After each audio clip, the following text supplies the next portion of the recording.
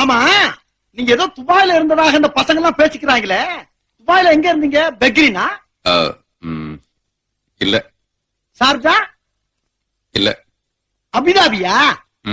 வேற எங்க இருந்தீங்க? துபாயில. துபாயில இருந்தது தெரியுது. துபாயில எந்த இடத்துல இருந்த பாருங்க? துபாயில அந்த மெயின் ரோடுக்கு பக்கத்துல பஸ் ஸ்டாண்ட ஒட்டி.